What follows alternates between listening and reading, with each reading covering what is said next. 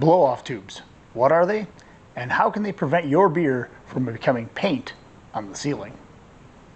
In today's video, I'm going to go through when and why and how to use a blow-off tube and how to create one out of stuff you might already have at your house. But first, I need you guys to all hit that like and subscribe button, grab yourself a beer, and we're going to get after it.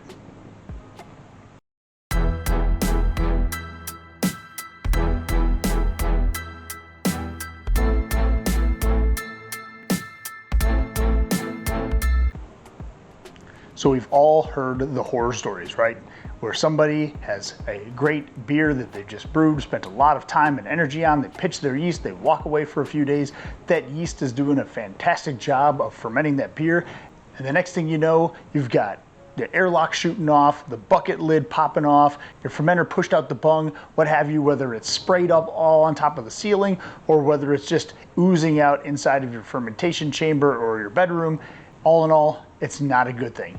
So why is this happening? Well, the fermentation becomes so active that it starts building up pressure in your fermenter. And most fermenters aren't built to withstand a lot of pressure. So when that pressure builds up, it's gonna blow off the easiest thing to outlet, whether sometimes that's your airlock, like your 3-piece airlock like this, or your S-style airlock like this, and it's either gonna push out all the CO2 and start coming out of the top of those, or sometimes these get clogged and it actually pushes the airlock completely out or the lid off of your fermenter, and it actually creates kind of a mini explosion and you get some of that krausen, unfortunately, ceiling, walls, floor, what have you.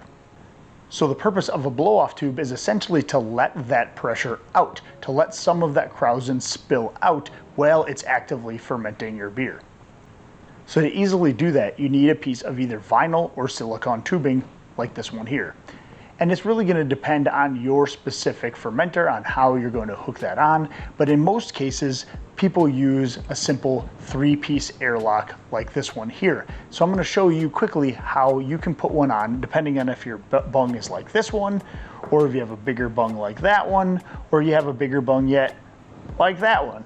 All fermenters have a different opening and they're all going to have different sizes. But most of those bungs will be able to fit an airlock like this one, which is the 3-piece, or the S-style airlock like this one. Because the 3-piece airlocks are a little bit more common and ones that people start out with, I'm going to show you how you can use this exact airlock in order to create a blow-off tube easily in under a couple of minutes. These 3-piece airlocks essentially have 3 pieces, right? That's why they call them that. They have the lid, which has some little breather holes on the top to let some of the CO2 escape. They have a little catch cup in the middle here that will rise and will prevent oxygen from coming back in, but will let some of the CO2 bubble out of the sanitizer that we have inside of here. And then we have the main compartment here, which is essentially just a vessel for putting some sanitizer in with a tube all along the middle of it.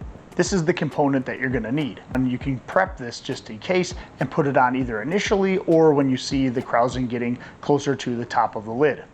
I've had this happen all of the time where I didn't really realize that I was going to need a blow-off tube, and all of a sudden, yep, I need one. I've come out and my airlock is almost clogged to the point where it's going to push out the bung or the lid off of my fermenter, and so I needed to change it quickly.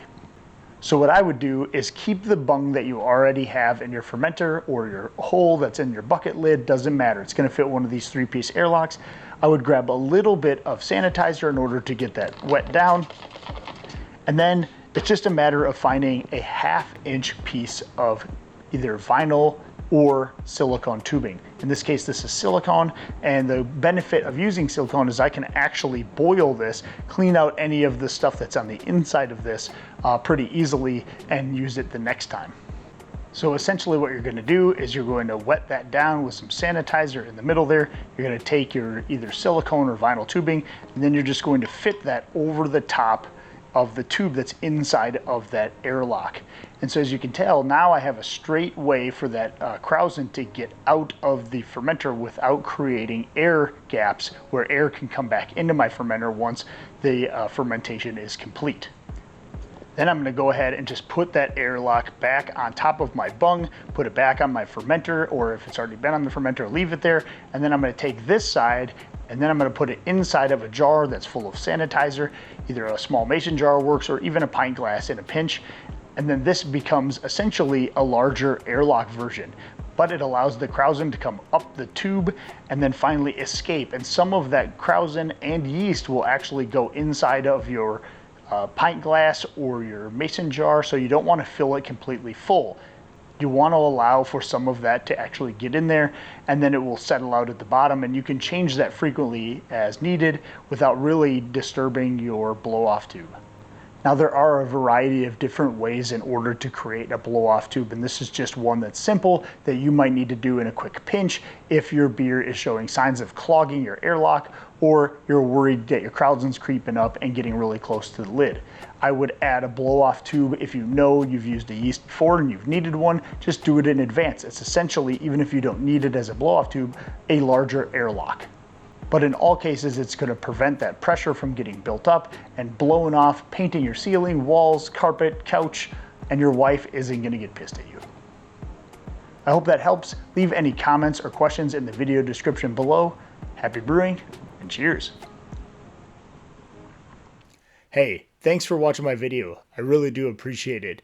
A way you can support the channel is just by buying me a beer. There's a button right there on the screen, and there's a link in the video description below. You can also check out the merchandise in our store, and you can hit the video on the screen right now. You know you want to.